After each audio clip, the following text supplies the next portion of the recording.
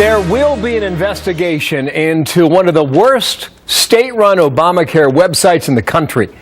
Maryland has enrolled about 38,000 people in Obamacare since its rollout some 5 months ago, and it will not come close to the goal of 77,000 by the end of March, despite spending more than $200 million. Maryland Congressman Andy Harris, member of the House Doctors Caucus, and requested the investigation. He's my guest now. Sir, how are you? And good morning to you as well. Doing well, Bill. What is going on in your state? Well, you know, although they claim 38,000 people enrolled, the latest numbers are that only about 20,000 have actually paid a premium. And at that price, it's cost them over $10,000 per premium-paying enrollee.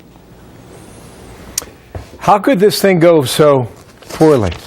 I mean, it's almost laughable.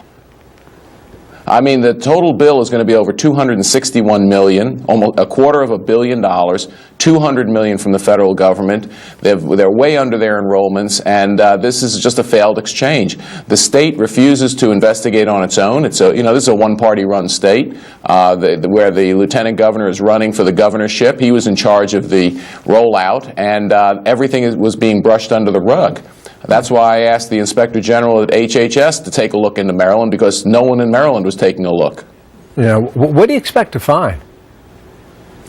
Well, they're going to look at the contracting process. They're going to see why this was a contract that was let out outside the normal procurement process. There was apparently very bad oversight of the contractors. I'm not sure anybody knew how to run this kind of business, how to oversee this kind of business, but they just forged ahead, again, spending over $200 million federal taxpayer dollars on an exchange that they knew didn't work on day one. They did know that? Are you convinced of that? Absolutely. Absolutely. It crashed in the first few hours on October 1st and has never really regained usefulness. Most of those I understand that. I apologize for the interruption here, but are you saying that you can prove that they knew the thing was going to crash, or that it would not work the way it did? Actually, the preliminary investigation that was done in Maryland, which was stopped earlier this year, indicated that they were told by all the contractors and the vendors that this was not going to work. It was not ready, and they decided to forge ahead anyway. You're working with Jack Kingston, a Republican out of Georgia, a statement that the two of you put together. By the end of the year, more than over $100 million federal dollars will have been spent on a project that should have cost much less and doesn't work. As a result of the fact that Maryland appears willing to continue to waste tens of millions of more federal dollars, we ask that the investigation start immediately. Do you have a sense about what this will cost in the end? As I ask you that question, this is just one state now. Absolutely. Again, the estimate is it's $261 million by the end of next year, and that doesn't take into account that they're considering now just dropping the Maryland exchange and either transferring it over to the federal exchange or importing another state's exchange like Connecticut that actually did work. And so the cost could actually be higher than $250 million.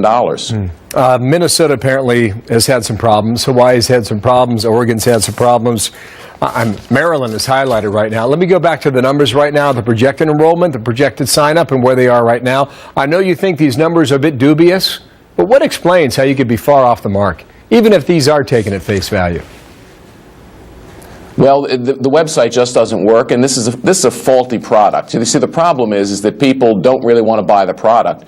The other thing that happened is that Maryland had about 70,000 cancellations notices sent out, but then when the president reversed the policy and allowed those policies to continue, about half of them did. So I guess they were counting on all those canceled policies to go into the exchange, and they ended up not going there. If the website worked, would the numbers be better?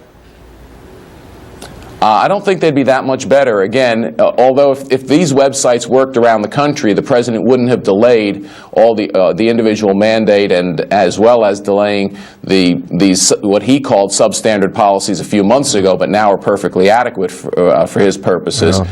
So it's all wrapped into one bundle.